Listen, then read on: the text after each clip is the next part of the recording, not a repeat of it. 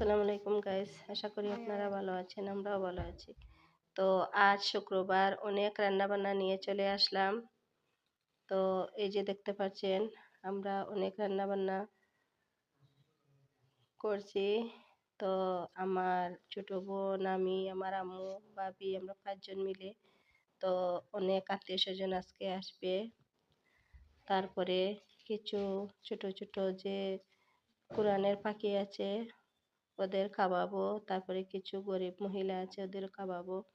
তো আপনারা আমাদের বেশি বেশি করে ভালোবাসা দিয়ে যাবেন। লাইক শেয়ার অবশ্যই ইনশাল্লাহ করে দিবেন। তো আমাদের তো ইনশাল্লাহ সামর্থ্য আছে দেখে আমরা গরিবের পাশে থাকি, আপনারাও থাকবেন। গরিবরে খাওয়ালে না অনেক মনে শান্তি আসে, অনেক একটা ভালো লাগে। তো এই যে দেখতে পাচ্ছেন, এখানে আমরা এই যে সবকিছু ক্লিন করে নিচ্ছি। বড় বড় করে আলু দিয়েছি, মানে বড় বড় পিসের সাথে রান্না করে নিব, বিভিন্ন ধরনের আইটেম করে নিব, সবকিছু ভাত, পোলাও সবকিছু বানিয়ে নিব ইনশাআল্লাহ। তো দেখতে পাচ্ছেন, এই যে ছোট ছোট করে মাংস কেটে রেখেছি। তারপরে ওটাকে কি বলে, ও চামড়া বলে, মুরগির চামড়া, ওটাও আমার ছোট বোন ক্লিন করে নিচ্ছে। ওটা দিয়ে অনেক কিছু বানিয়ে খাওয়া যায়। আমি খাই না, ওরা খায়। তো এই যে দেখুন,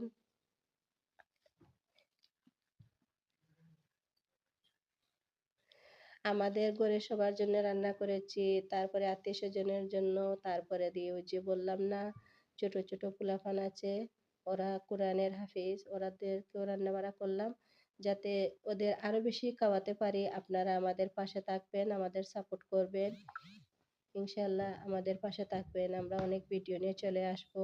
আর দেখুন গাইস, একটা ভিডিও বানাতে না অনেক কষ্ট হয়, অনেক কষ্ট হয় আমাদের। কিন্তু যদি আপনারা যদি আমাদের যদি সাপোর্ট না করেন তাহলে আমরা কেমনে এগিয়ে যাব। তাহলে আমাদের পাশে ইনশাল্লাহ অবশ্য থাকবেন। এই যে দেখতে পাচ্ছেন, আমরা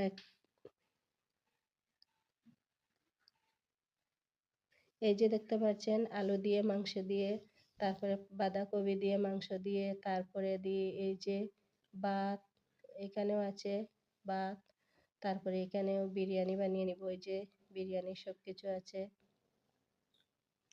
এটি এই যে কেওড়া জল, তারপরে ওই যে চিকেন পাকোড়াটাও বানাবো।